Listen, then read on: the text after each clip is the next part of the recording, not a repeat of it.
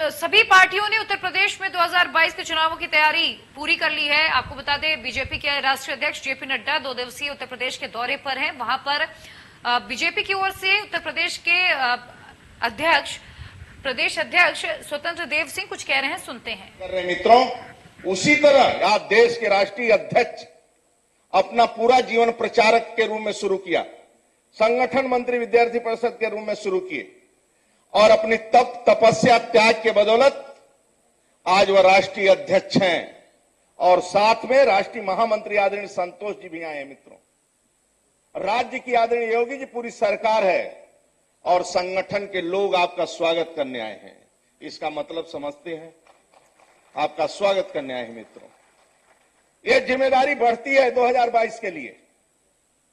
अपने ब्लॉक में आपको कमल खिलाना है। 2022 का चुनाव आपके हाथ में है। ब्लॉक प्रमुख का जो कर्तव्य होना चाहिए, जिला पंचायत अध्यक्ष का जो कर्तव्य होना चाहिए, आपका कर्तव्य नहीं, भारतीय जनता पार्टी का हमारा गौरवशाली इतिहास है। डॉक्टर श्यामा प्रसाद मुखर्जी, पंडित दीनदयाल उपाध्याय, देश के गौरव अटल बिहारी वाजपेयी, मित्रों आज आदरणीय नरेंद्र मोदी, राष्ट्रीय अध्यक्ष जगत प्रकाश जी नड्डा जी, एक दाग भी शरीर पर कोई लगा नहीं सकता। मित्रों, ऐसा ईमानदार नेतृत्व, ऐसा गरीबों का सेवा करने वाला नेतृत्व कहां मिलेगा? मित्रों, ऐसा नेतृत्व किसके पास है? और इसी नेतृत्व ने राम मंदिर का निर्माण हो, 370 धारा हो, गरीबों की खुशहाली हो, केवल यही नेतृत्व ने दिया है। इसलिए नेतृत्व आपके स्वागत में आ जाया है। मित्रों, सार्वभौमी के साथ संकल्प लेकर मेरे आप खिलेगा कि केवल कमल खिलेगा और भारतीय जनता पार्टी का खिलेगा जब तक राष्ट्र की समस्या का मन होता है। आपको होगा कि चिंता करने की बात नहीं है, चिंता करने की बात नहीं है। कमल, जोर से थोड़ा, कमल कमल कमल कमल। बैठ जान पर मित्रों, इसलिए मित्रों सपा बसपा की आप गुंडागर्दी देखे हैं, भ्रष्टाचार देखे हैं सपा बसपा का, इसलिए राष्ट्रीय अध्यक्ष आपके स्वागत में आए हैं। मित्रों, संपूर्ण बीजेपी आपके पास आई है। यह दायित्व हमारा बनता है मित्रों कि अपने आचरण व्यवहार से, हमेशा मैं कहता हूं कार्यकर्ताओं के लिए, सर पर बर्फ, मुंह में शक्कर, सीने में आग और पैर में चक्कर। ठंडे दिमाग से सोचो, मीठा बोलो और संपूर्ण कार्यकर्ताओं का मंडल के, उस ब्लॉक के अपने साथ लेकर चलो, अपने साथ लेकर चलो और सीने में आग भारत मां के लिए, जातिवाद के लिए नहीं, क्षेत्रवाद के लिए नहीं, व्यक्तिवाद के लिए नहीं, वंशवाद के लिए नहीं, राष्ट्रवाद का आग जलनी चाहिए सीने में मित्रों, और पैर में चक्कर। जब तक लक्ष्य प्राप्त न हो जाए मित्रों, तब तक चलना है। मैं हृदय से आपका भी स्वागत करता हूं, आदरणीय राष्ट्रीय अध्यक्ष जी का स्वागत करता हूं। इस अवसर पर हृदय से बधाई देता हूं, शुभकामनाएं देता हूं कि आप इस स्थिति में, जनता ने आपको चुना है, जनता की जवाबदेही क्या है और जनता से प्यार कैसे किया जाता है आप स्वयं जानते हैं। मित्रों, ये जवाबदेही आपके ऊपर है। मैं अध्यक्ष जी, एक लड़की को ऐसा बुलाता हूं जो जाटो समाज की है, उसका पति सफाई कर्मी है और दूर दराज रहती है, अपने सहारनपुर की है, दलित परिवार से आती, सफाई कर्मी, वो भी बिना पैसे की ब्लॉक प्रमुख बनी है। उस लड़की का नाम है सोनिया चमार। सोनिया है क्या? सोनिया आई है क्या? कहां है सोनिया? आ जाओ आगे। इसका भाई, इसका पति सफाई कर्मी है अध्यक्ष जी, नहीं जी, ब्लॉक प्रमुख बनी। आ जाओ, इधर से आ जाओ। एक बार सोनिया का स्वागत कर दीजिए ताली बजाकर।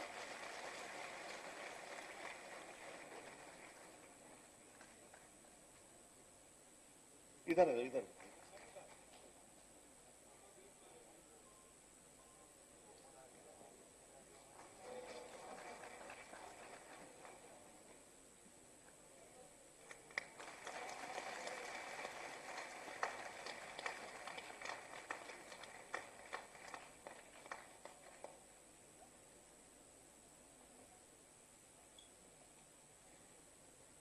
दूसरा, अपनी सबसे कम उम्र की अध्यक्ष जी, बलरामपुर से अध्यक्ष बनी है, 21 साल की तिवारी, जिला पंचायत अध्यक्ष है क्या? आई है क्या? आरती आ जाओ मंच पर। मान लीजिए कि सभी अध्यक्षों का अध्यक्ष जी दिल से स्वागत कर रहे हैं। एक एक का स्वागत करने की इच्छा थी और बीए सेकेंड ईयर की छात्रा है, सबसे कम उम्र की जिला पंचायत अध्यक्ष बनी है और निर्विरोध बनी है। अध्यक्ष जी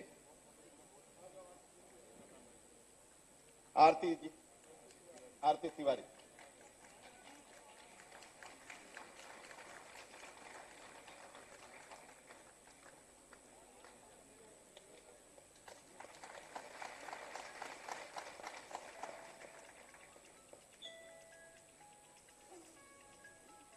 पुनः प्रदेश अध्यक्ष के नाते आप सबका स्वागत करता हूं, हृदय से वंदन करता हूं। बहुत बहुत धन्यवाद। और जोरदार थोड़ा नारा एक बार, दोनों हाथ उठा के बजरंगबली की मुट्ठी का, किसी को घूसा पड़े तो नानी याद आ जाए। भारत माता की, भारत माता की, भारत माता की जय जय श्री राम। आज के इस सम्मेलन में मुझे बहुत गर्व है कि माननीय मुख्यमंत्री योगी आदित्यनाथ जी, जिनके प्रभाव से आज आतंकी जो गुंडा राज प्रदेश में चला रहे थे, आज थर थर कांपते हैं और उनके बुलडोजर से रात में उनको नींद नहीं आती है।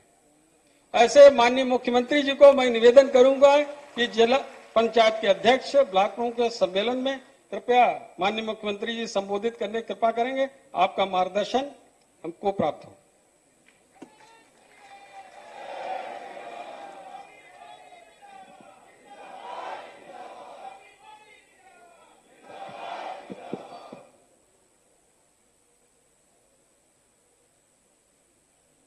उत्तर प्रदेश के अंदर हाल ही में संपन्न हुए के क्रम में जिला पंचायत अध्यक्ष और नवनिर्वाचित ब्लॉक प्रमुखों के आज के इस सम्मेलन को संबोधित करने के लिए और अपना मार्गदर्शन प्रदान करने के लिए आज इस समारोह में उपस्थित भारतीय जनता पार्टी के लोकप्रिय राष्ट्रीय अध्यक्ष माननीय श्री जगत प्रकाश नड्डा जी, भारतीय जनता पार्टी के अध्यक्ष माननीय श्री स्वतंत्र देव सिंह जी, राष्ट्रीय संगठन महामंत्री सम्मानीय श्री बीएल संतोष जी, भारतीय जनता पार्टी के राष्ट्रीय उपाध्यक्ष और प्रदेश के प्रभारी पूर्व केंद्रीय मंत्री माननीय श्री राधा मोहन सिंह जी, उत्तर प्रदेश सरकार में मेरे वरिष्ठ सहयोगी उप मुख्यमंत्री द्वय श्री केशव प्रसाद मौर्य जी, डॉक्टर दिनेश शर्मा जी, पंचायती राज विभाग के मंत्री चौधरी भूपेंद्र सिंह जी, राज्यसभा के माननीय सांसद श्री राम भाई मकोड़िया जी, आज के इस कार्यक्रम में उपस्थित जिला पंचायत के सभी नवनिर्वाचित अध्यक्षगण, विकास खंडों से जुड़े हुए सभी हमारे ब्लॉक प्रमुखगण और उपस्थित भाइयों बहनों, मैं सबसे पहले आप सबके निर्वाचन के लिए आप सबको हृदय से बधाई देता हूं, अपनी शुभकामनाएं देता हूं और विकास की धुरी कही जाने वाली त्रिस्तरीय पंचायत के प्रमुख के रूप में आपके इस सम्मेलन में प्रदेश के सभी 75 जिला पंचायत अध्यक्षों और 825 ब्लॉक प्रमुखों की ओर से भारतीय जनता पार्टी के लोकप्रिय राष्ट्रीय अध्यक्ष श्री जगत प्रकाश नड्डा जी का हृदय से स्वागत करता हूं, अभिनंदन करता हूं। हम सब जानते हैं कि प्रदेश के अंदर त्रिस्तरीय पंचायत के चुनाव किन परिस्थितियों में हम लोगों ने करवाए थे। ये चुनाव 1 साल पहले ड्यू था, लेकिन कोरोना महामारी के कारण हमें चुनाव स्थगित करना पड़ा था। चुनाव स्थगित होने के बाद लगातार चुनाव हो न हो इसके बीच में एक दुविधा की स्थिति बन रही थी और अंततः प्रदेश सरकार ने पंचायत के चुनाव का निर्णय लिया। लेकिन चुनाव की प्रक्रिया, नामांकन की प्रक्रिया जैसे प्रारंभ हुई तब तक दूसरी लहर ने भी अपनी आहट प्रदेश के अंदर देनी प्रारंभ कर दी थी और एक समय तो ऐसा आया था जब पंचायत चुनाव के मतदान की तिथि नजदीक आ रही थी तो द्वितीय लहर चरम पर पहुंच गई। लोगों को कुछ नहीं, उस समय एक ही आरोप विपक्ष लगा रहा था और लगा रहा था कि पंचायत चुनाव नहीं कराने चाहिए थे। उनको विकास से कोई मतलब नहीं, वे संवैधानिक प्रक्रिया रोकना चाहते थे। हम लोगों ने कहा कि हम कोरोना को भी नियंत्रित करेंगे और पंचायत चुनाव को भी संपन्न करेंगे और अंततः पंचायत के चुनाव प्रदेश के अंदर देश की आबादी के राज्य में से लेकर पंचायत अध्यक्ष तक प्रदेश के अंदर अगर हम देखेंगे तो लगभग 8,70,000 प्रतिनिधियों का चुनाव संपन्न हुआ है। दुनिया का सबसे बड़ा चुनाव है और ये प्रदेश के अंदर सकुशल संपन्न हुआ है। और इसमें जब समुद्र मंथन होता है तो उससे कुछ अमृत भी निकलता है और उसके फलस्वरूप आपका चयन हुआ है 75 जिला पंचायत अध्यक्षों का, जिसमें 67 भारतीय जनता पार्टी ने जीते। 825 विकास खंडों में ब्लॉक प्रमुखों का चुनाव संपन्न हुआ, जिसमें लगभग 700 भारतीय जनता पार्टी ने चुनाव जीते हैं। चुनाव कैसे संपन्न? बहुत शांतिपूर्ण तरीके से और बहुत सारी जगह निर्विरोध चुनाव हुए। और मैंने तो कुछ जगह यह भी देखा कि विपक्ष चुनाव की दृश्य जब आ रहा था तो पब्लिक भारतीय जनता पार्टी के प्रत्याशी के पक्ष में खड़ा होकर के पब्लिक चिल्लाने लग गई थी कि नहीं, भारतीय जनता पार्टी ब्लॉक प्रमुख बनना चाहिए क्योंकि हमें विकास कराना है। जिला पंचायत अध्यक्ष भारतीय जनता पार्टी का बनना चाहिए क्योंकि हमें विकास कराना है। और जिन लोगों ने लूट खसोट का एक नया प्रदेश के अंदर जरिया बनाया था, ऐसे लोगों को किसी भी स्थिति में नहीं आने देना चाहिए। पब्लिक की प्रतिक्रिया वास्तव में देखने लायक प्रतिक्रिया, और इसलिए एक अहम जिम्मेदारी का एहसास कराने के लिए ही भारतीय जनता पार्टी के माननीय राष्ट्रीय अध्यक्ष माननीय नड्डा जी का मार्गदर्शन आज आप सबको प्राप्त होने जा रहा है। संगठन और सरकार के अनेक महत्वपूर्ण दायित्वों का कुशलतापूर्वक निर्वहन किए हैं और वर्तमान में भारतीय जनता पार्टी के राष्ट्रीय अध्यक्ष का गुरुत्वर निर्वहन कर रहे हैं। और इस दायित्व के निर्वहन के साथ उनके पास एक लंबा अनुभव है। हम सब जानते हैं स्वास्थ्य मंत्री के रूप में हिमाचल प्रदेश के अंदर और देश के अंदर लगभग 10 वर्षों तक उन्होंने अपनी सेवाएं दी। मैं स्वास्थ्य का विषय इसलिए भी छेड़ रहा हूं क्योंकि त्रिस्तरीय पंचायत से जुड़े हुए लोगों का यह विषय होना चाहिए। कोरोना जैसी महामारी को अगर नियंत्रित करना है तो उसमें आपकी भूमिका सर्वविदित है।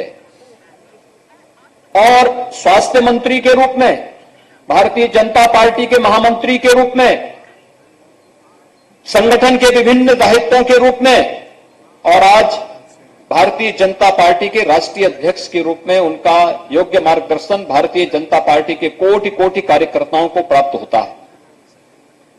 हम सब जानते हैं कोरोना महामारी दुनिया की सदी की सबसे बड़ी महामारी है और इस सदी की सबसे बड़ी महामारी के दौरान हमने देखा बहुत सारे लोग, बहुत सारे संगठन, राजनीतिक दल बड़ी बड़ी दावेदारी करते हैं, लेकिन इस महामारी के दौरान वे सभी सेल्फ क्वारंटीन में थे, घर के बाहर नहीं निकले।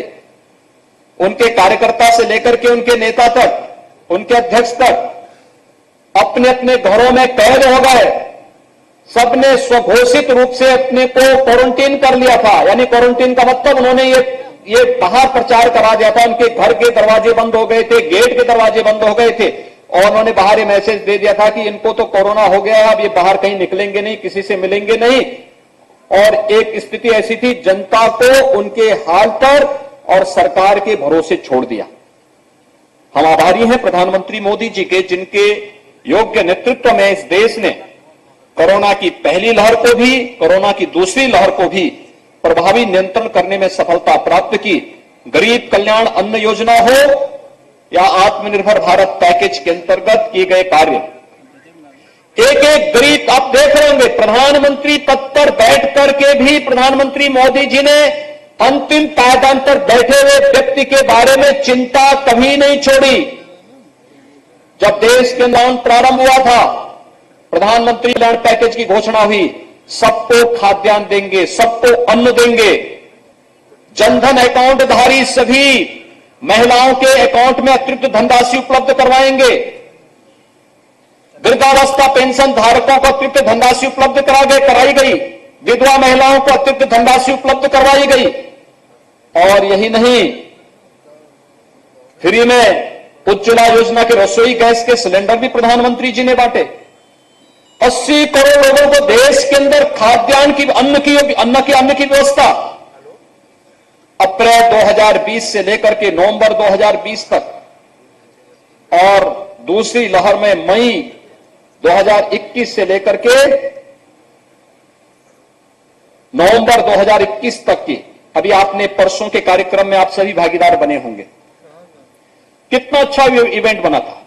आदरणीय प्रधानमंत्री जी ने जब गांव-गांव में लाभार्थियों से बातचीत प्रारंभ की और कैसे लोगों के मुंह से आशीर्वाद निकल रहे थे, कुशीनगर की वह महिला हो, कुसमावती देवी वाराणसी की बादामी देवी रही हो, या फिर प्रदेश के अन्य सहारनपुर की लाभार्थी रही हो, या झांसी के लाभार्थी रहे हो, या हर एक के मुंह से एक ही बात निकल रही थी कि प्रधानमंत्री जी आपने संकट के समय में हमारा सहयोग किया है और हम भी भारतीय जनता पार्टी के साथ खड़े हैं।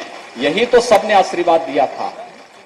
जो संकट में सहयोगी है वही सच्चा साथी है। और संकट के समय में 80 करोड़ लोगों को बिना भेदभाव के राशन की सुविधा उपलब्ध करवाना, वृद्धजनों को बिना भेदभाव के पेंशन के अतिरिक्त राशि उपलब्ध करवा देना, दिव्यांग जनों को अतिरिक्त राशि उपलब्ध करवा देना और आत्मनिर्भर भारत पैकेज के अंतर्गत सूक्ष्म लघु मध्यम उद्यम में काम करने वाले जितने भी हमारे उद्यमी हैं, जितने भी व्यापारी हैं, उन सबको भी अतिरिक्त सहायता देने की कार्रवाई को आगे बढ़ा करके आत्मनिर्भर भारत के लक्ष्य को प्राप्त करने के लिए देश को आह्वान करते हुए आगे बढ़ाया गया।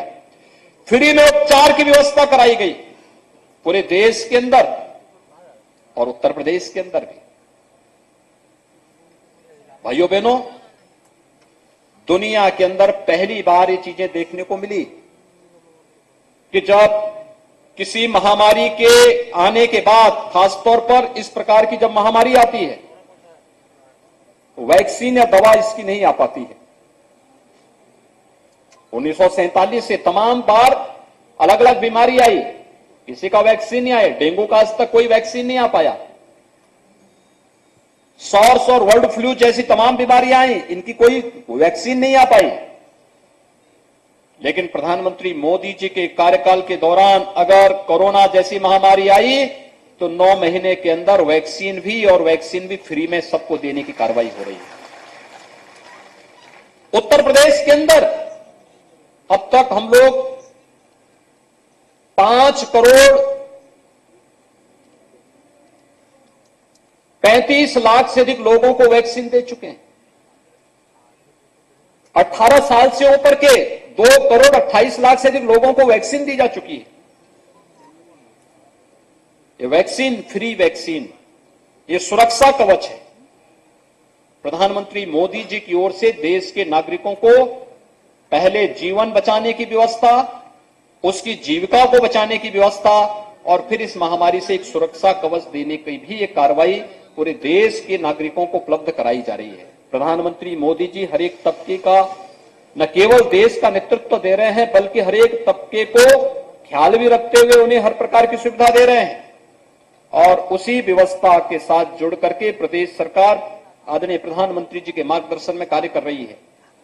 लेकिन जब देश संकट में था, सरकार काम कर रही थी, जनता के हितों के लिए हर प्रकार का योगदान दे रही थी, तब केवल एक संगठन कार्य कर रहा था और वह नेतृत्व था श्री नड्डा जी का, जिन्होंने भारतीय जनता पार्टी के एक एक कार्यकर्ता से कहा था कि संगठन का काम इस समय बूथ संरचना नहीं बल्कि संगठन का कार्य सेवा का है, संगठन ही सेवा ही संगठन है।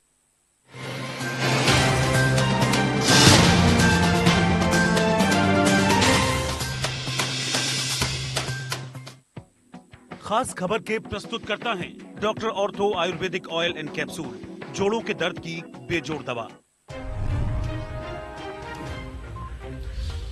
अवध से ब्रज तक चुनावी मंथन करेंगे नड्डा। यूपी के 2 दिवसीय दौरे पर लखनऊ पहुंचे बीजेपी के राष्ट्रीय अध्यक्ष चुनावी रणनीति को लेकर संगठन के साथ करेंगे बैठक। हरिद्वार कुंभ में कोरोना जांच फर्जीवाड़े में ईडी की छापेमारी। उत्तराखंड, दिल्ली, यूपी और हरियाणा के दर्जन भर स्थानों पर कार्रवाई। घोटाले से संबंधित दस्तावेज खंगाल रही ईडी।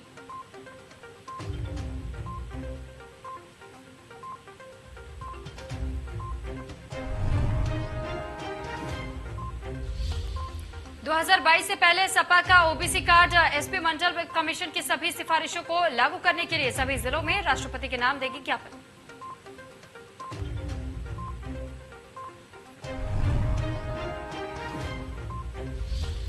बीएसपी का विचार गोष्ठी सम्मेलन जारी। आज बदायूं और मुरादाबाद में होगा सम्मेलन। बीएसपी के राष्ट्रीय महासचिव सतीश चंद्र मिश्र करेंगे संबोधित।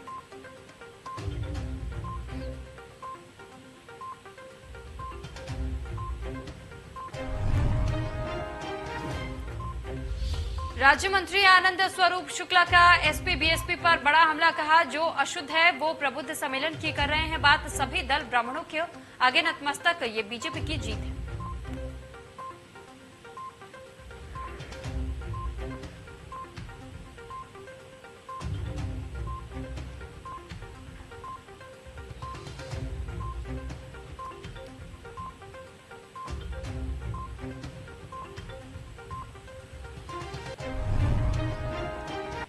और ऐसे ही राज्य सरकार भी उस अभियान के साथ जो लोक कल्याण संकल्प पत्र हमारा 2017 का था, विधानसभा चुनाव के पहले उसके अनुरूप कार्य कर रही है। लेकिन लोक कल्याण संकल्प पत्र के अनुसार राज्य सरकार अपना कार्य पूरी प्रतिबद्धता के साथ निभाते हुए आप सबसे भी अपील करना चाहेगी कि जो दायित्व आपको प्राप्त हुआ है, ये केवल सम्मान नहीं है बल्कि आगे की प्रोग्रेस इस पर निर्भर करेगी कितना ईमानदारी पूर्वक आप अपने इस दायित्व का निर्वहन कर पा रहे हैं। और उस ईमानदारी के साथ निर्वहन करने की प्रक्रिया, जब विकास के लिए पैसे की कमी नहीं, एक एक व्यक्ति को जोड़िए, क्षेत्र पंचायत समिति के प्रत्येक सदस्य को पार्टी के साथ जोड़ दीजिए, ग्राम प्रधानों के साथ संवाद बनाकर के उनको पार्टी के साथ जोड़ दीजिए। क्षेत्र पंचायत और जिला पंचायत और ग्राम पंचायत के बीच में एक बेहतर समन्वय हो। किन कार्यों को ग्राम पंचायत को करना है, किसको क्षेत्र पंचायत को करना है, किसको जिला पंचायत को करना है। और अगर इन कार्यक्रमों को लेकर के हम एक साथ आगे बढ़ेंगे तो वह मंत्र सार्थक होता हुआ पंचायती राज व्यवस्था में दिखाई देगा। सबका साथ, सबका विकास और सबका विश्वास। ये सबका साथ, सबका विकास और सबके विश्वास का भाव की धुरी आप सबको बनना होगा। और उस धुरी को बनाने के लिए आज अपना मार्गदर्शन प्रदान करने के लिए माननीय राष्ट्रीय अध्यक्ष जी का आगमन प्रदेश की राजधानी लखनऊ में हुआ है। मैं इस अवसर पर आप सबकी ओर से आप सबका आह्वान करूंगा कि आप सभी लोग जो कुछ भी आपको बताया जाए उसको नोट करें, उसको फिर अंगीकार, को लागू करें। कोरोना महामारी अभी समाप्त नहीं हुई, हमें कोरोना के प्रति सतर्क रहना होगा। स्वच्छता अभियान, स्वच्छता सैनिटाइजेशन के कार्यक्रम को प्रभावी ढंग से लागू करना, क्षेत्र पंचायत में, ग्राम पंचायत में, जिला पंचायतों में कुछ आदर्श मॉडल विलेजेस आप बना सकते हैं, ग्राम पंचायत बना सकते हैं, उस पर एक प्रभावी कार्य योजना बना सकते हैं। सरकार ने कुछ प्राथमिकताएं तय की हैं, उन प्राथमिकताओं को आगे बढ़ा सकते हैं, उन प्राथमिकताओं में अपना योगदान दे सकते हैं और एक टीम वर्क रिजल्ट दे। और उस टीम को पार्टी के साथ जोड़ करके अगर आप कार्यक्रम कर पाएंगे, उसके बेहतर परिणाम आएंगे। वो आपके लिए आने वाले भविष्य के लिए, एक सुनहरे भविष्य के लिए बहुत ही अच्छी स्थिति पैदा करेगा। संगठन और सरकार ने मिलकर के आपको इस स्थिति में पहुंचाने में अपना योगदान दिया। अब आपका दायित्व है कि पार्टी के साथ जुड़ करके शासन सभी नियमों को मानते हुए इस अभियान को जन जन तक पहुंचाने में आप सब अपना योगदान देंगे तो सचमुच बेहतर परिणाम और जो जनता की आशा और आकांक्षा पर हम खरा उतरेंगे। और कोई भी नेता जन आकांक्षाओं पर अगर खरा उतरेगा तो उसका भविष्य अपने आप ही उज्जवल होता हुआ दिखाई देगा, इसमें कोई संदेह नहीं होना चाहिए। आज के इस अवसर पर मैं एक बार फिर से जिला पंचायत अध्यक्ष और क्षेत्र पंचायत प्रमुख के आज के सम्मेलन में भारतीय जनता पार्टी के राष्ट्रीय अध्यक्ष माननीय नड्डा जी का, माननीय बीएल संतोष जी का, माननीय राधा मोहन सिंह जी का और आए हुए अन्य सभी अतिथियों का हृदय से स्वागत और अभिनंदन करता हूं। धन्यवाद। जय हिंद। धन्यवाद माननीय मुख्यमंत्री जी। माननीय राष्ट्रीय अध्यक्ष जी ने अभी इच्छा व्यक्त की है कि हम भी अपनी तरफ से सभी नवनिर्वाचित जिला पंचायत अध्यक्षों का, ब्लॉक प्रमुखों का अभिनंदन करना चाहते हैं। तो मैं पहले जिला पंचायत के अध्यक्ष, उसके बाद क्षेत्र से ब्लॉक प्रमुख खड़े होंगे, क्षेत्र पंचायत के प्रमुख। तो पहले सबसे पहले जिला पंचायत के सभी अध्यक्षगण अपने स्थान पर खड़े हो जाएंगे। माननीय राष्ट्रीय अध्यक्ष जी, माननीय मुख्यमंत्री जी मंच भी अपने स्थान खड़े होंगे। माननीय सभी जिला पंचायत के अध्यक्षों का एक सामूहिक अभिनंदन करेंगे। सभी लोग ताली बजा सकते हैं। सभी जिला पंचायत अध्यक्षों को इस मंच की तरफ से अभिनंदन हो रहा है। भारतीय जनता पार्टी के 67 जिला पंचायत के अध्यक्षों का माननीय राष्ट्रीय अध्यक्ष जी द्वारा धन्यवाद। इसके बाद एक एक क्षेत्र से क्षेत्र पंचायत प्रमुख पश्चिम क्षेत्र यानी कि सहारनपुर मंडल, मुरादाबाद मंडल और मेरठ मंडल के जो क्षेत्र पंचायत के प्रमुख हैं, ब्लॉक प्रमुख हैं, वो सब अपने स्थान पर खड़े हो जाएंगे। ये 3 मंडलों से सब लोग अपने अपने स्थान पर खड़े हो जाएंगे। हमारी बहन जी कुछ शर्मा रही हैं, खड़े हो जाएंगे।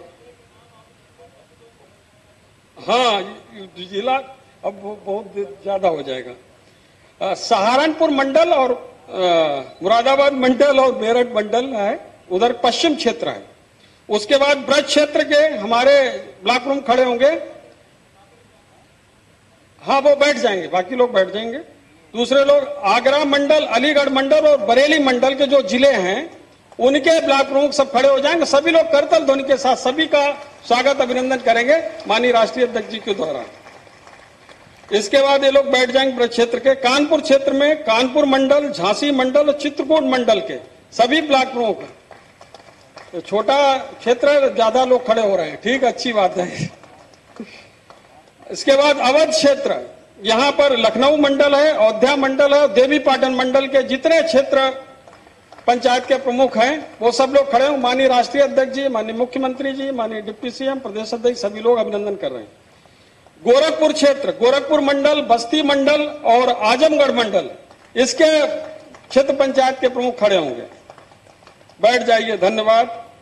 काशी क्षेत्र, वाराणसी मंडल, प्रयागराज मंडल और मिर्जापुर मंडल, इसके सभी हमारे क्षेत्र पंचायत प्रमुख। अब सभी लोग एक साथ खड़े हो जाएंगे, सब लोगों का अभिनंदन एक साथ हो जाए। माननीय नेतृत्व द्वारा, मंच द्वारा आप सभी जनप्रतिनिधियों का जिला पंचायत के अध्यक्ष और ब्लॉक प्रमुख नवनिर्वाचित मंच के द्वारा अभिनंदन हो रहा है। सभी लोगों का बहुत बहुत अभिनंदन, धन्यवाद। रुक जाओ, अब वो समय आ गया है माननीय राष्ट्रीय अध्यक्ष जी का मार्गदर्शन और आगे जिस तरह से जिला पंचायत अध्यक्ष में आप लोग जीते हैं, ब्लॉक प्रमुख में आप लोग जीते हैं, 2017 में हम लोग जीते हैं, 2019 में जीते हैं, उसी प्रकार से प्रचंड बहुमत के साथ 2022 में भी भारतीय जनता पार्टी की सरकार बने, इस आह्वान के साथ माननीय राष्ट्रीय अध्यक्ष जी से निवेदन करूंगा, माननीय जेपी नड्डा जी मंच पर आकर अपना उद्बोधन करने की कृपा करें, मार्गदर्शन देने की कृपा करें। माननीय जेपी नड्डा जी, धन्यवाद।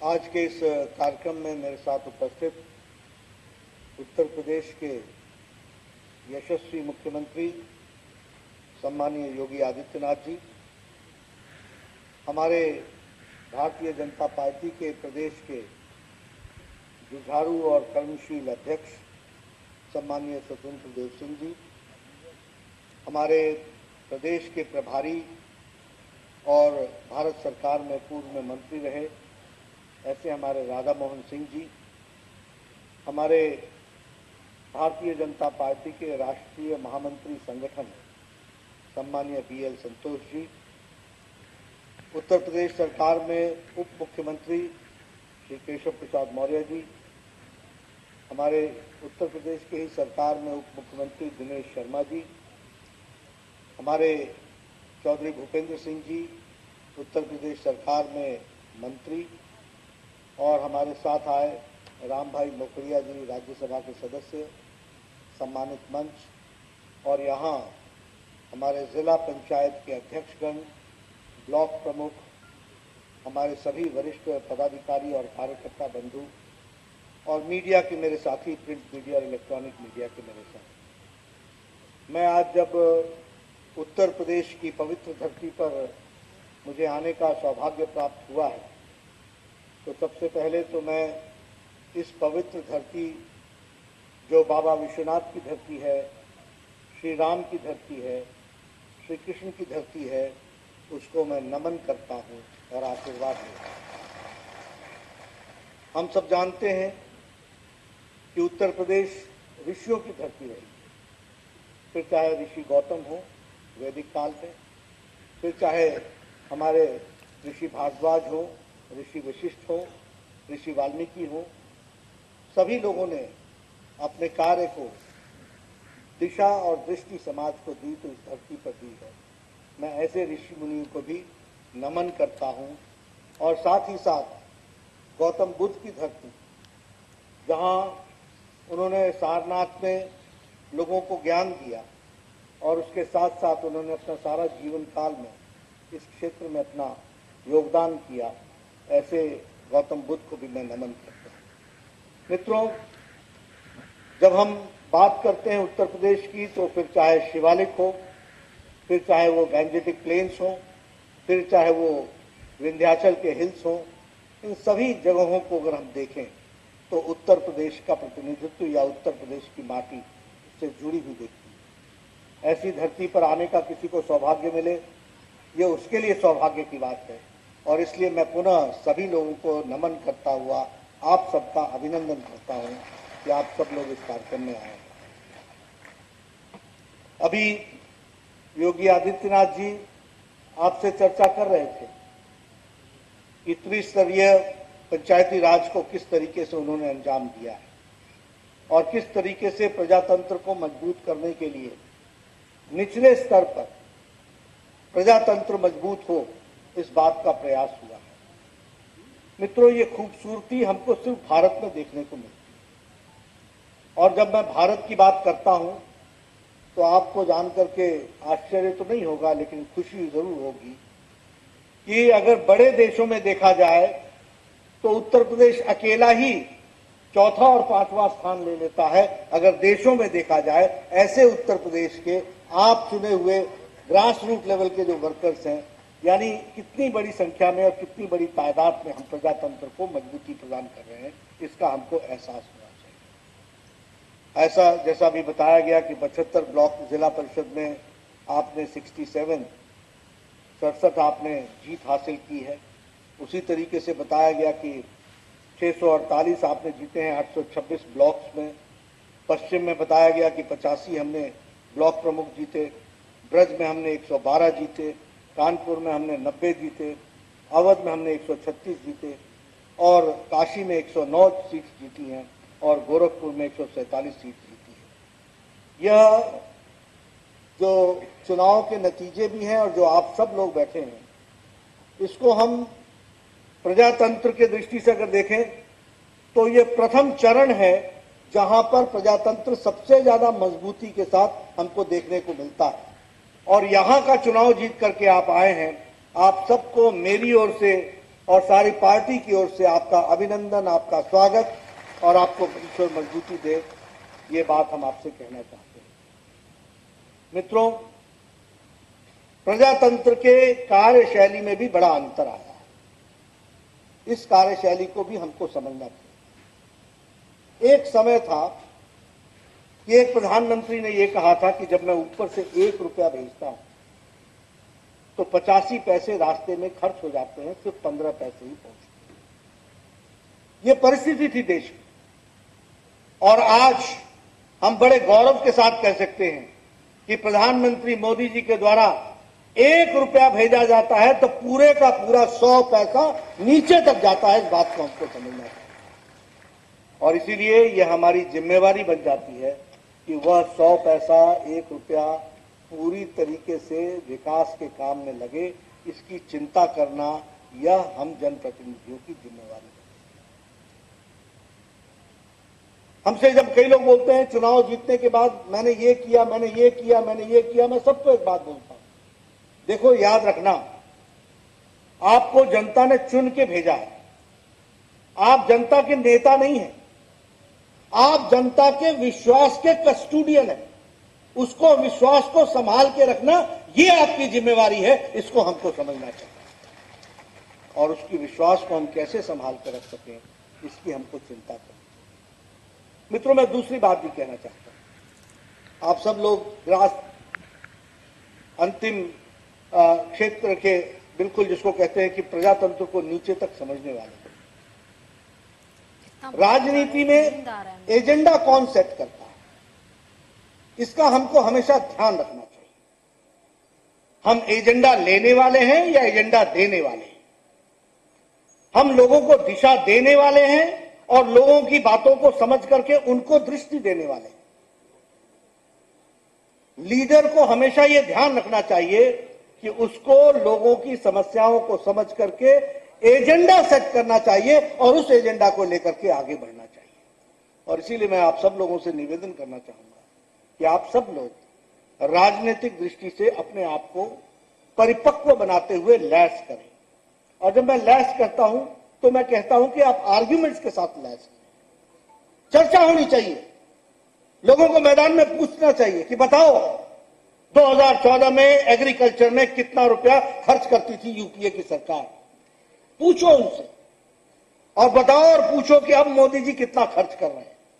आपको जान करके खुशी होगी कि 2014 से पहले जितना एग्रीकल्चर पर खर्च होता था उससे दुगना आज भारत सरकार खर्च कर रही है। इस बात को हमको समझना चाहिए।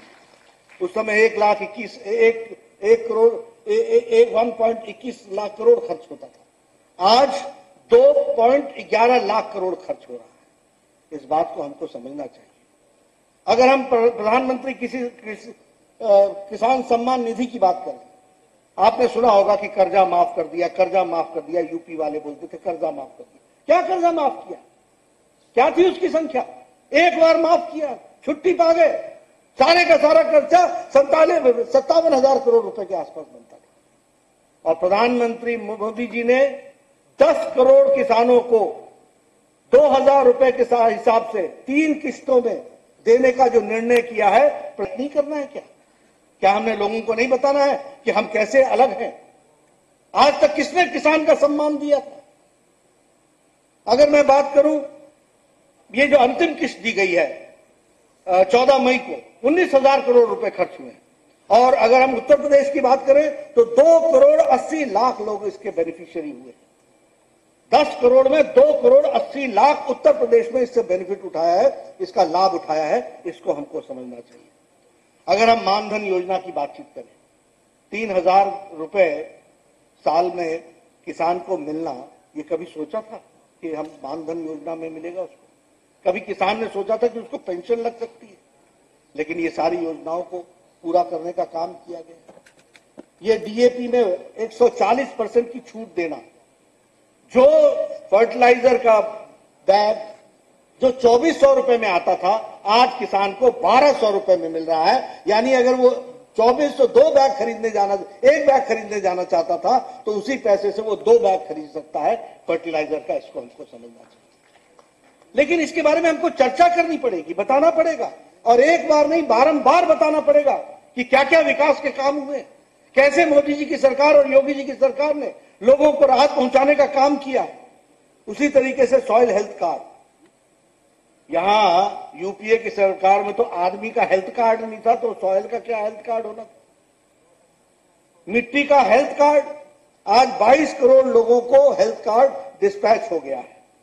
और उसी तरीके से नीम कोटेड यूरिया, हमने कभी सोचा था कि नीम कोटेड यूरिया मिलेगा? यूरिया के लिए, फर्टिलाइजर के लिए मार होती थी, लाठीचार्ज होता था, लेकिन समय पर लोगों को यूरिया नहीं मिलता था। ये नीम कोटेड यूरिया करने के कारण जो यूरिया का ब्लैक होता था उसको बंद किया गया। आज किसान को समय पर यूरिया मिलता है। इस बात को भी हमको समझना चाहिए। किसान के लिए कितने इंटरवेंशंस किए गए, ये सारी बातों को हमको ध्यान में रखना चाहिए।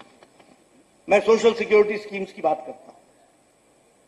प्रधानमंत्री सुरक्षा बीमा योजना, प्रधानमंत्री जीवन ज्योति बीमा योजना, ये लगती बड़ी छोटी है। अमेरिका का, यूरोप का, सबका इलेक्शन सोशल सिक्योरिटी पर होता है। और सोशल सिक्योरिटी में क्या होता है कि जब विपदा आए तो हमारे तरफ से हमको लाभ कैसे मिल सकता है। कभी सोचा था कि साल का 12 रुपए दे करके 2 लाख रुपए का हम कवर ले सकते हैं? कभी हमने सोचा था कि 330 रुपए दे करके हम 2 लाख रुपए का हेल्थ कवर ले सकते हैं? कभी इन सारी बातों के बारे में हमने चर्चा की थी? मैं चाहूंगा, देखिए, आप सिर्फ नेता नहीं हैं, आपको इन सारे तर्कों के साथ लैस होना पड़ेगा और जनता को बताना पड़ेगा कि किस तरीके से हमारी सरकार काम कर रही है और लोगों के हित में काम कर रही है। मैं ये भी चाहूंगा कि आप सब लोग अपने ब्लॉक में लोगों को प्रेरित करें। 12 रुपए कुछ नहीं होता, महीने का 1 रुपए, लेकिन अगर 1 रुपए दे करके आप 2 लाख रुपए का अपने आप को कवर करा लेते हैं तो इससे बड़ी सोशल सिक्योरिटी क्या हो सकती है? अगर 330 रुपए, जो कि ये साल का दिन का 1 रुपए भी नहीं पड़ता, वो अगर आप दे करके अपने आप को 2 लाख रुपए का आप इंश्योरेंस कवर करा लेते हैं तो उससे क्या फर्क पड़ जाता है और कितनी बड़ी सिक्योरिटी मिलती है। गरीब आदमी के लिए कितना बड़ा ये शस्त्र है उसके पास। मैं चाहूंगा कि हमारे ब्लॉक के प्रमुख, हमारे जिला परिषद के सदस्य इन बातों की चर्चा करें। अटल पेंशन योजना, इसमें 60 साल की उम्र के बाद उसको पेंशन लगने की व्यवस्था की गई है और इस व्यवस्था की दृष्टि से हमको किस तरीके से काम करना है, किस तरीके से लोगों को प्रेरित करना है, इसकी भी हमको चिंता करनी चाहिए और इसको भी जनता के बीच में ले जाना चाहिए। ये हम आपसे चर्चा करना चाहते हैं। मित्रों, अगर हम अंत्योदय की दृष्टि से देखें, हमने कहा था अंतिम व्यक्ति का उदय होगा। हमने कहा था एकात्म मानववाद। हम एकात्म मानववाद से चले, अंत्योदय तक पहुंचे और अंत्योदय को मोदी जी ने रूप दिया सबका साथ, सबका विकास, सबका विश्वास, और उस बात को लेकर के आगे चले। अब देखिए आप, ये जनधन योजना, इस जनधन योजना के तहत हमारे 40 करोड़ लोगों ने अपने अकाउंट्स खोले। इस जनधन योजना के कारण उत्तर प्रदेश में ही 7 करोड़ 29 लाख लोगों ने अपने अकाउंट्स खोले। स्वच्छ भारत अभियान, स्वच्छ भारत अभियान में टॉयलेट्स बने। अब मैं कई बार चर्चा करता हूं, राम मनोहर लोहिया जी ने 60 के दशक में पार्लियामेंट में कहा कि मुझे दुख होता है कि भारतीय स्त्री को अपने दैनिक कार्यक्रमों के लिए गांव से बाहर निकल करके उनको सड़कों पर आना पड़ता है और सूर्योदय से पहले और सूर्यास्त के बाद दैनिक नित्य कर्म के लिए उनको जाना पड़ता है। यह हमारे लिए दुख की बात है। कब कहा था? 60 के दशक में। कहां कहा था? पार्लियामेंट में। बड़े बड़े नेता आए, बड़ी बड़ी बातें की, लेकिन स्वच्छ भारत अभियान की दृष्टि से महिला सशक्तिकरण का काम किया तो स्वच्छ भारत में नरेंद्र मोदी जी ने किया है। इस बात को हमको समझना चाहिए और इसको हमको ध्यान में रखना चाहिए। 11 करोड़ टॉयलेट्स बने, यानी 11 करोड़ महिलाओं को इज्जत दी गई, इज्जत घर दिया गया। ये महिला सशक्तिकरण का कितना बड़ा उपकरण है। उत्तर प्रदेश में 1 करोड़ 60 लाख टॉयलेट्स बने। आप संख्या जोड़िए, 1 करोड़ 60 लाख, यानी 1 करोड़ 60 लाख हमारी बहनें अपने दैनिक नित्य कर्म के लिए बाहर जाती थी। महिला सशक्तिकरण का कितना बड़ा पैमाना है जिसको हमको समझना चाहिए। और मैं ये चाहूंगा कि आपके ब्लॉक में, आपके जिला में एक भी घर नहीं छूटना चाहिए जहां ये स्वच्छ अभियान का मैसेज न पहुंचे और उनके यहां इज्जत घर ना बने। इसकी हमको चिंता करनी चाहिए। घर घर पूछना चाहिए, भाई है यहां पर इज्जत घर बना है, टॉयलेट बना है, नहीं बना है तो उसकी व्यवस्था करनी चाहिए। मोदी जी ने कहा है कि हम किसी व्यक्ति को पक्के छत से हम वंचित नहीं रहने देंगे। आपका काम है कि आप पता कीजिए कि कितने लोग हैं झोपड़पट्टी में रहने वाले, उनको हम प्रधानमंत्री आवास योजना में कैसे जोड़ सकते हैं। ये हमारा काम है। आज ये सरकार है देने वाली, मोदी और योगी की सरकार है। हम लेने वाले बने और लोगों तक पहुंचाने वाले बने, ये हमारी जिम्मेवारी बनती है जिसको हमको पूरा करना है। उजाला योजना, उज्ज्वला योजना, उज्ज्वला योजना के बारे में मैं हमेशा चर्चा करता हूं। बहनें सवेरे 4 बजे उठ के गांव से दूर जंगलों में जाकर लकड़ियां इकट्ठी करती, 6 बजे वापस लाती थी, बोझा उठा करके 40-40 किलो का, घर पर पटकती थी, चूल्हा जलाती थी, गीली लकड़ी में से निकलता हुआ धुआं अपने फेफड़ों में लेती थी, तब जाकर के घर वालों को 1 कप चाय पिलाती थी सुबह। यह तस्वीर थी भारत की। आज उज्ज्वला योजना के कारण 8 करोड़ घरों में गैस का चूल्हा पहुंचा है और अभी इसको फिर से संख्या बढ़ाने की बात कही गई है। इस बात को हमको समझना चाहिए। यह महिला सशक्तिकरण है। आपको देखना चाहिए कि कोई गरीब, कोई वंचित, कोई पीड़ित बिना गैस के चूल्हा के आपके इलाके में नहीं रहना चाहिए। यह आपकी जिम्मेवारी है कि आप उनके बारे में पता करें। यह आपकी जिम्मेवारी है कि आप उनसे उनको ढूंढ करके निकालें और उनको उज्ज्वला योजना का लाभ देने का काम करें।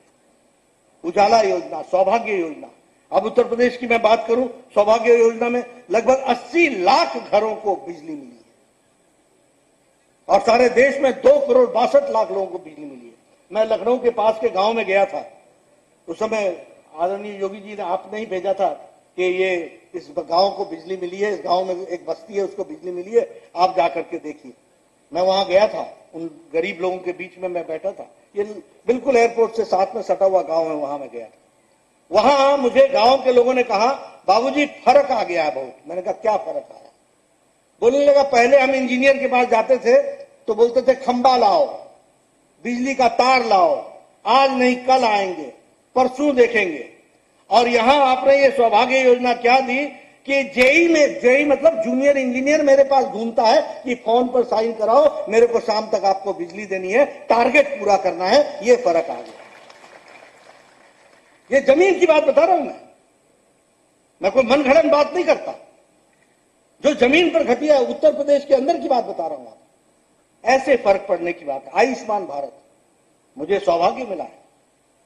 सारी दुनिया में आप जब भी किसी इलेक्शन का एजेंडा होता है, मैनिफेस्टो होता है, कभी सुनने की और समझने की और पढ़ने की इच्छा रखी है।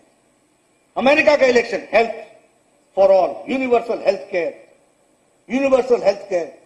अगर यूरोप में किसी देश का इलेक्शन होता है, यूनिवर्सल हेल्थ केयर, यानी सबको हेल्थ का केयर मिले, इसकी चिंता करना ये एक उद्देश्य रहता है।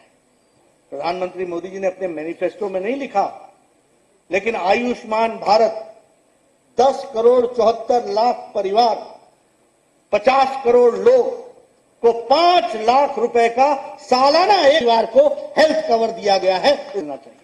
2000 से ज्यादा उसमें सुविधा दी गई है। हर साल प्रधानमंत्री आरोग्य 50 करोड़ लोगों का मतलब क्या बनता है? आबादी करोड़ का मतलब क्या बनता है?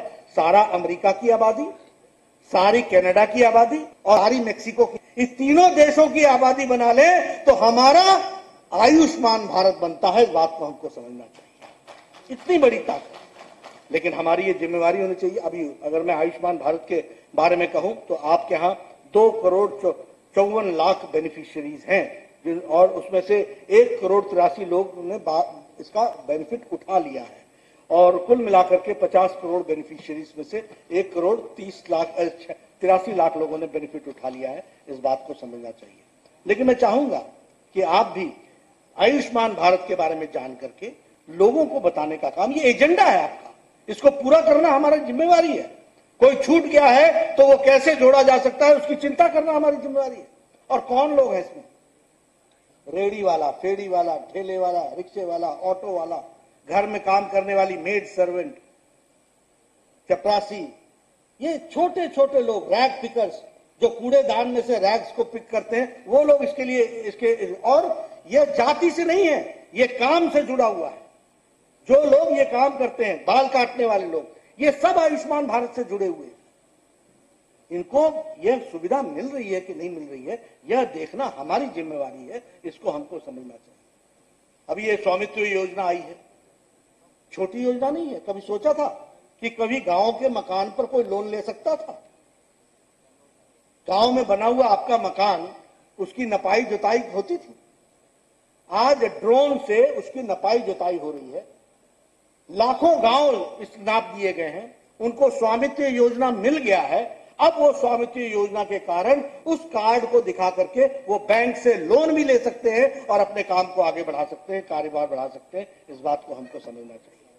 उसी तरीके से अगर मैं बात कहूं, उत्तर प्रदेश के अंदर 3.5 लाख प्रॉपर्टी कार्ड बांटे जा चुके हैं और 2005 विलेज इसमें कवर हो गए हैं। योगी जी की सरकार के नेतृत्व में इस बात को हमको समझना चाहिए।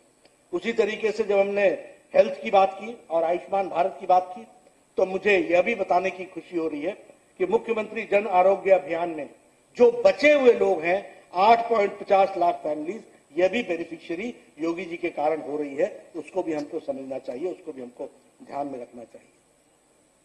अगर मैं उत्तर प्रदेश के मैं मित्रों आंकड़ों के साथ बात कर रहा हूं और मैं चाहूंगा कि आप सब लोग इन आंकड़ों को नोट करें और मैं मीडिया वालों से विशेष करके इन बातों की चर्चा करता हूं कि मेरे आंकड़े गलत निकल जाए तो पकड़ लेना, लेकिन अगर मेरे आंकड़े सही हों तो उसको जरूर लोगों को बताना कि किस तरीके से मोदी जी के नेतृत्व में और योगी जी के द्वारा उत्तर प्रदेश की सेवा हो रही है। बात को समझना चाहिए, तो आगे रखना। अब मैं उत्तर प्रदेश की बात करूं, आपका बजट 2014 के अंदर 2 लाख करोड़ था, आज वो बढ़कर के 5.5 लाख करोड़ हो गया है। 2017 में से लेकर के अभी 5.5 करोड़ हो गया है। आप 10.90 लाख करोड़ थी, आज वो बढ़ करके जीडीपी जो है वो 21.73 लाख करोड़ हो गई है। आप ईज ऑफ डूइंग बिजनेस में नंबर 2 स्थान पर आकर के उत्तर प्रदेश खड़ा हो गया। नंबर 2 पर बिजनेस करने में उत्तर प्रदेश, उत्तर दंगों का प्रदेश, उत्तर बारे में कहते थे जंग का प्रदेश। और मैं 1900 मंत्री रहा हूं, मैं अपने हिमाचल में बहुत अच्छा काम करता था, फैमिली प्लानिंग को देना टॉप मोस्ट सब कुछ। लेकिन जब आंकड़े बिगड़ते हुए देखते था देश का, तो मैं पूछता था ये हम इतना अच्छा काम कर रहे हैं, ये इतने अच्छे काम के बाद ये बीमारी कहां से लग रही है, कैसे ये नहीं हो रहा है? तो पता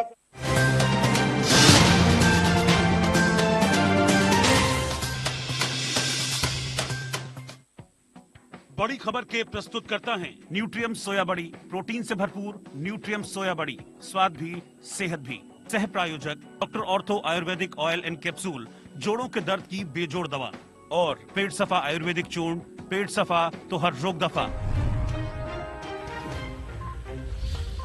अवध से ब्रज तक चुनावी मंथन कर रहे हैं जेपी नड्डा। यूपी के 2 दिवसीय दौरे पर लखनऊ पहुंचे बीजेपी के राष्ट्रीय अध्यक्ष चुनावी रणनीति को लेकर संगठन के साथ कर रहे हैं बैठक।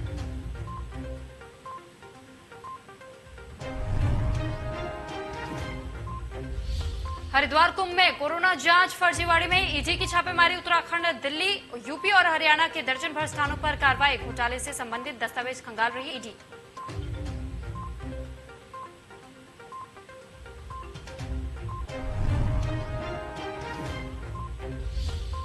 दो 2022 से पहले एसपी का ओबीसी कार्ड, एसपी मंडल कमीशन की सभी सिफारिशों को लागू करने के लिए सभी जिलों में राष्ट्रपति के नाम देंगे ज्ञापन।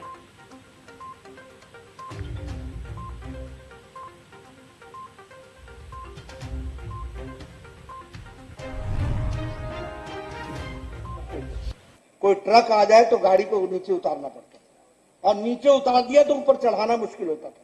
मुझे नहीं मालूम कि आप लोगों ने वो समय देखा है कि नहीं, वो जमाना देखा है कि नहीं।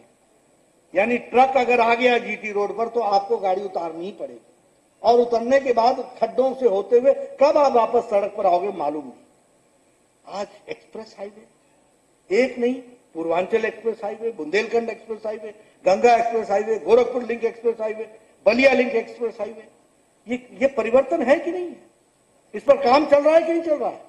तीव्र गति से काम चल रहा है कि नहीं चल रहा है? इंटरनेशनल एयरपोर्ट बन रहा है कि नहीं बन रहा है?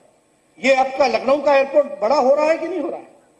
मोदी जी का सपना था कि हवाई चप्पल पहनने वाले को हवाई की सवारी कराएंगे। इस बात को हमको समझना चाहिए, इसको हमको ध्यान में रखना चाहिए। एक उड़ान है, जिस उड़ान को लेकर के भारत को आगे बढ़ाने की तस्वीर मोदी जी और योगी जी ने खींची है, उसको हमको मजबूती देनी। और मैं आंकड़ों के साथ आपको दे रहा हूं, मैं गपशप मारने नहीं आया। मैं आपको आंकड़े के साथ सारी बातों को आप तक पहुंचाने की कोशिश कर रहा हूं। टूरिज्म सर्किट बन रहा है, फिर चाहे वो अयोध्या हो, काशी हो, चित्रकूट हो, हमारा मथुरा हो, आगरा हो, खुशीनगर हो, सबको जोड़ने का प्रयास चल रहा है। क्या नहीं है उत्तर प्रदेश में, और उस उत्तर प्रदेश को विकास करने में क्यों कमी रह जाएगी? कोई कमी नहीं रहेगी। लेकिन हां, सही नेतृत्व को मजबूती प्रदान करना जमीनी स्तर पर ये आपका काम है। आप जब जमीनी स्तर पर मजबूती देंगे तब जाकर के ये सारे नतीजे आएंगे। इसको भी हमको समझने की जरूरत है। ये मैं आपसे जरूर चर्चा करना चाहता हूं। आज ये इन्वेस्टमेंट का लीडिंग डेस्टिनेशन बन रहा है। कभी कोई व्यापारी यहां चलती दुकान को भी बंद करता था, चलती हुई फैक्ट्री को भी बंद करता था। सच्चाई है कि नहीं है? ये बताइए, मैं सही बोल रहा हूं कि नहीं बोल रहा हूं? आज फलाने का राज है, फलाने का राज है मतलब फलाने जात का राज है। आज फलाने का राज है तो फलाने की जात का राज है। समाज का राज, देश का राज कभी था ही नहीं। आज सबका राज, सबका साथ, सबका विकास लेकर के चले हैं तो योगी जी की सरकार चली है। इस बात को भी हमको समझना चाहिए। अभी अब one nation one district one product की बात कर रहे हैं। अमेजॉन के साथ, फ्लिपकार्ट के साथ समझौता हुआ है, एमओयू हुआ है। इसमें हर जिले को उसका उत्पाद बढ़े, जिससे उसकी एम्प्लॉयमेंट बढ़ सकेगी, इस पर काम हो रहा है। One nation one ration card में उत्तर प्रदेश सबसे पहला राज्य है जिसने one nation one ration card लागू कर दिया। इस बात को समझिए। अब आप पूछेंगे ये one nation one ration card का फायदा क्या है? फायदा ये है कि अब उत्तर प्रदेश का कोई भी व्यक्ति मुंबई में जाकर के काम करेगा तो वहां वो राशन कार्ड दिखा करके अपना अन्न ले सकेगा। ये उसका फर्क पड़ेगा। वो अगर कहीं तमिलनाडु में जाकर के काम करता है तो वहां भी वो राशन कार्ड की कॉपी दिखा करके अपना अन्न ले सकेगा पीडीएस की दुकान से।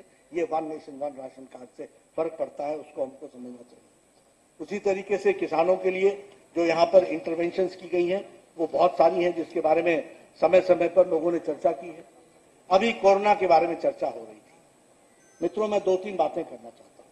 सबसे पहली बात तो ये कि कोरोना में आंकड़ों से, मैं पूर्व स्वास्थ्य मंत्री हूं इसलिए आपको बता रहा हूं, आंकड़े ये बताते हैं कि कोरोना के सामने अमेरिका, जर्मनी, ब्राजील, इटली, ये सारे देश ने अपने आप को असहाय महसूस किया, लाचार महसूस किया। इनकी स्वास्थ्य सेवाएं टूट गई, समाप्त हो गई, ये नहीं लड़ पाए। और क्या है इन देशों की आबादी? 32 करोड़। उत्तर प्रदेश से थोड़ा ज्यादा है। किसी की 6 करोड़, किसी की 3 करोड़, किसी की 2 करोड़, स्वास्थ्य सेवाओं में लैस। और ये 130 करोड़ का देश जहां सिर्फ एक लैब थी और वहां पर कोरोना की लड़ाई लड़नी थी, मोदी जी ने समय पर लॉकडाउन लगा करके इस देश को 3 महीने के अंदर कोरोना से लड़ने के लिए तैयार किया। इस बात को हमको समझना चाहिए। आज हमारे पास, उस समय हमारी टेस्टिंग कैपेसिटी पिछले साल 1500 थी। आज हमारी टेस्टिंग कैपेसिटी पर डे, प्रतिदिन 25 लाख है। उस समय हमारे पास टेस्टिंग लैब सिर्फ एक थी, आज 2500 से ज्यादा टेस्टिंग लैब है। उस समय हमारे आइसोलेशन बेड वो 14 लाख थे, आज 14 लाख है। इसी तरीके से हमारे आईसीयू बेड्स जो सिर्फ 20,000 थे वो 80। और उत्तर प्रदेश नंबर 1, 5 करोड़ 70 लाख से 1.5 लाख टेस्ट प्रतिदिन उत्तर प्रदेश में हो गए। और हमारे टेस्टिंग की जो फैसिलिटी है और आइसोलेशन बेड्स 54,000 है। वे आपको जाकर के आश्चर्य होगा कि प्रधानमंत्री जी ने उसको बढ़ा करके एक सप्ताह में 9,440 मेट्रिक टन तक पहुंचाया। इस बात को हमको जल से, नभ से, रास्तों से ऑक्सीजन को पहुंचाने का था। ऑक्सीजन एक्सप्रेस चली। भारत के वायुसेना ने एक हफ्ते के अंदर 1400 सॉर्टीज लगाई, 100 उड़ानें भरी टैंकरों को लेकर सब स्थान पर पहुंचाने के लिए। और एक सप्ताह के अंदर ऑक्सीजन की दृष्टि से इस काम को किया गया। आपको जानकर के खुशी भी होगी, आपसे मैं चर्चा कर रहा हूं। स्मॉल पॉक्स आया था ना, तो जब सारी दुनिया में स्मॉल पॉक्स के टीके लग गए थे ना, तो भारत को कहा कि टीके लगवा लो।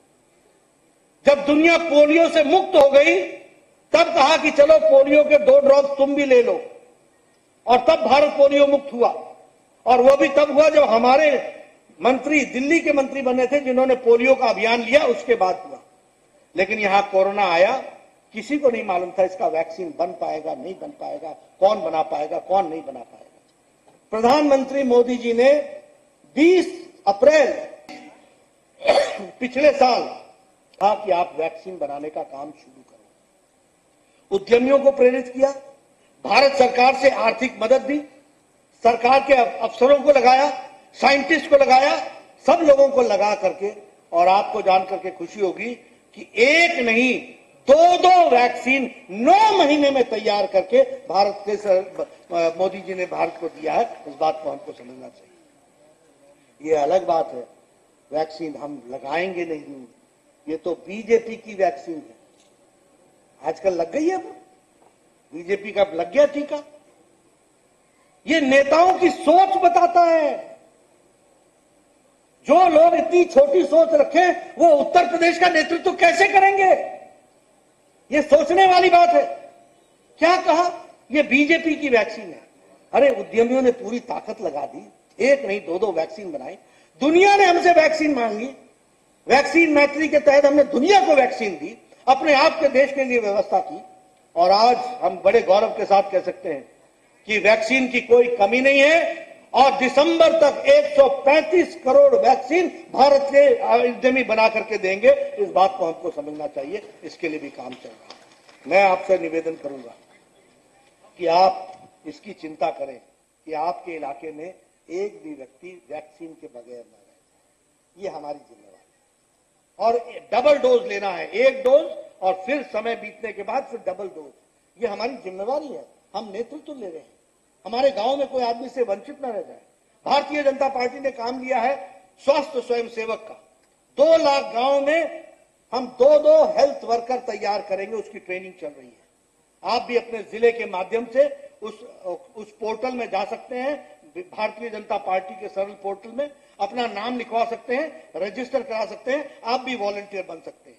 अभी तक लगभग 1.5 लाख वॉलंटियर बन गए और हमने 4 लाख वॉलंटियर बनाना है, ताकि कल को कोई कोरोना की तीसरी वेव आए तो हमारा कार्यकर्ता, एक महिला एक पुरुष, हर बूथ पर वॉलंटियर के रूप में खड़ा रहे और अपने बूथ को कोरोना मुक्त और कोरोना से लड़ने के लिए युक्त बन करके तैयार हो। इस बात की हमने कोशिश की। इन बातों को हमको आगे बढ़ाना है।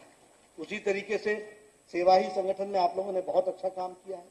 मैं आंकड़े इस समय रखना नहीं चाहता हूं, लेकिन एक बात सच्ची है, कोरोना आया, सारी पार्टियां क्वारंटाइन हो गई, सब आइसोलेशन में चली गई, कोई नहीं दिखा।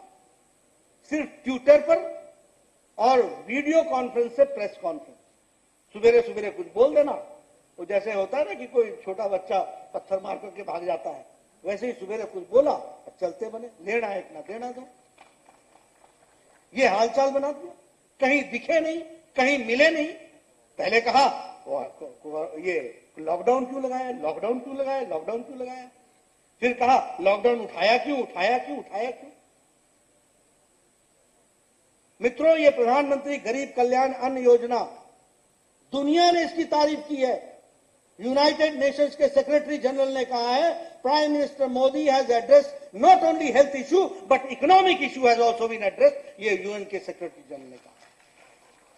वर्ल्ड हेल्थ ऑर्गेनाइजेशन के डायरेक्टर जनरल टेड्रोस ने कहा कि we should learn from India that how they have managed, how prime minister Modi has managed corona and also the economic issues he has addressed. मित्रों, जब 100 साल पहले महामारी आई थी ना, तो बीमारी से ज्यादा लोग भूखमरी से मर गए थे। आज प्रधानमंत्री मोदी जी ने प्रधानमंत्री गरीब कल्याण अन्न योजना को चलाकर 80 करोड़ की जनता को 2 वक्त की रोटी की व्यवस्था की है और उसको हमको पहुंचाना है। इस बात को हमको ध्यान में रखना चाहिए। 5 तारीख को आपने गांव गांव में उसको बांटा है, माताओं ने आशीर्वाद दिया है। ये सब छोटी घटनाएं नहीं है, इन घटनाओं को हमको ध्यान में रखना पड़ेगा। और सेवा ही संगठन में अकेली भारतीय जनता पार्टी थी। और एक बात और ध्यान रखिए, अमेरिका सिर्फ सरकार लड़ती रही कोरोना से, ब्राजील सिर्फ सरकार लड़ती रही, इटली सिर्फ सरकार लड़ती रही।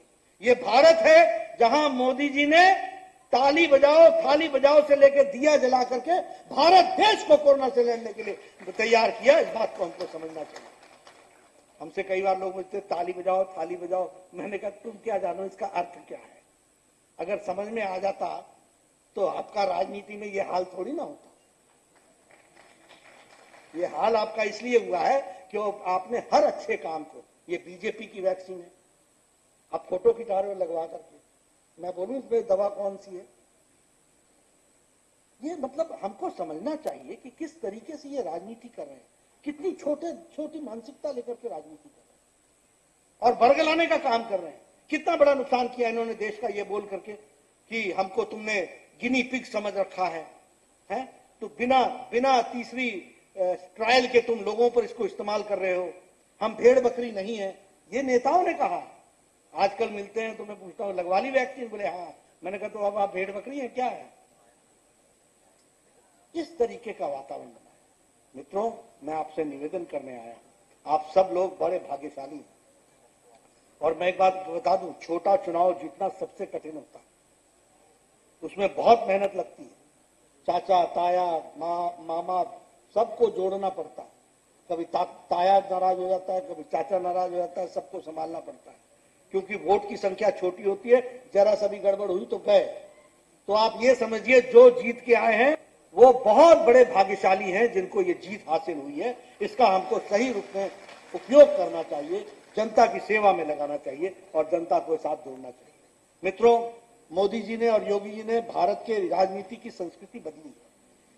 मोदी जी ने सेवा, प्रथम सेवक, इस बात को उन्होंने स्थापित किया है। आप भी अपने गांव के, अपने ब्लॉक के, अपने जिले के प्रथम सेवक बनने का हमको अपना काम करना है, इसको हमको संभालना है। और इसलिए आप इस तरोताजा मन से जाइए, लोगों को राजनीतिक दृष्टि से युक्त कीजिए, उनको ये सारी बातें बताइए और अपने विपक्ष में जो कही गई बातें हैं उसको नोट कीजिए, उसके तर्क ढूंढिए। सच्चाई हो तो उसको भी करने का प्रयास कीजिए, अगर झूठ बोला हो तो उसको काटने का हमको काम करना चाहिए। हम एक राजनीतिक कार्यकर्ता हैं, राजनीतिक कार्यकर्ता के रूप में आगे बढ़ेंगे। आपने मुझे बोलने का मौका दिया, मैंने कुछ बिंदु आपके सामने रखने की कोशिश की है, जिनको मैं चाहूंगा कि आप सब लोग भी गांव-गांव तक इन संदेशों को पहुंचाएं और वैक्सीनेशन से लेकर प्रधानमंत्री गरीब कल्याण अन्न योजना को सफल बनाएं, अंतिम व्यक्ति तक पहुंचाएं। इन्हीं शब्दों के साथ बहुत बहुत धन्यवाद। धन्यवाद माननीय राष्ट्रीय अध्यक्ष जी, आपके प्रेरणादायी उद्बोधन के लिए हम सब लोग आभारी हैं। आगे का कार्यक्रम बढ़ाते हुए इससे पहले एक बार उद्घोष हो जाए, भारतीय जनता पार्टी।